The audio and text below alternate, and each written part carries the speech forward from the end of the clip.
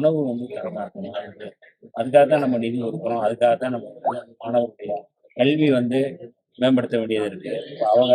அவங்க படிக்கணும்னா அவங்க நல்ல உணவு வந்து இருந்தா தான் வந்து ஸ்ட்ரென்த்தன் ஆக முடியும். ஸ்ட்ரென்த்தன் ஆகணும்னா அவங்க வந்து படிப்புல போக முடியும். அந்த வகையில இன்னைக்கு வந்து இந்த விடுதியில இருக்கிற 3 விடுதிகளை நம்ம ஆய்வு செய்யணும். அது சில குறைபாடுகள் இருக்கு அப்படிங்கிறது எந்த மாற்று கருத்தும் இல்ல. அதனால அந்த குறைகளை வந்து நாங்க கேட்டறிஞ்சு சரி செய்வதற்கு விடுதி காப்பாளர்களுக்கு அவங்களுக்கெல்லாம் நாங்கள் வந்து எச்சரிக்கை கொடுத்துருக்கோம். இதெல்லாம் ஒழுங்கா செய்யணும். இல்லைன்னா மாணவர்கள் நலன் கருதி இதெல்லாம் செய்யணும். இல்லைன்னா கடுமையான நடவடிக்கை எடுக்கப்படும் அப்படிங்கிறதுல எந்த மாற்று கருத்தும் இல்ல.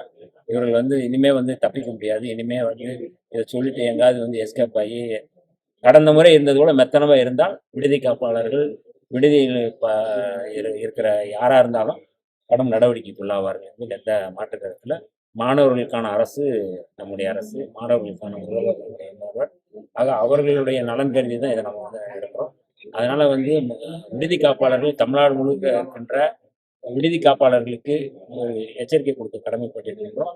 மாணவர்கள் சின்ன குறை சொன்னாலும் அந்த குறைகளை வந்து உடனடியாக அவங்க வந்து நிவர்த்தி செய்யணும்.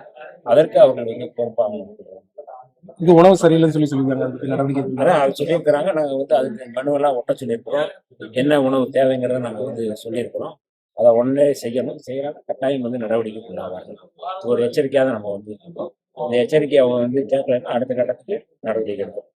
அது என்ன மாற்று செய்திகளை உடனுக்குடன் தெரிந்து கொள்ள கீழ்கண்ட கேபிள் மற்றும் டிடிஹெச் நெட்வொர்க்குகளில் எம்நாடு செய்தி தொலைக்காட்சியை காணுங்கள். பாதகம் செய்பவரை கண்டால் நாம் பயம் கொள்ளலாகாது பாப்பா. மோதி மிதித்துவிடு பாப்பா, அவர் முகத்தில் உமிழ்ந்து விடு பாப்பா. அண்மை செய்திகளை உடனுக்குடன் தெரிந்து கொள்ள இணைந்திருங்கள் எம்நாடு தொலைக்காட்சியுடன்.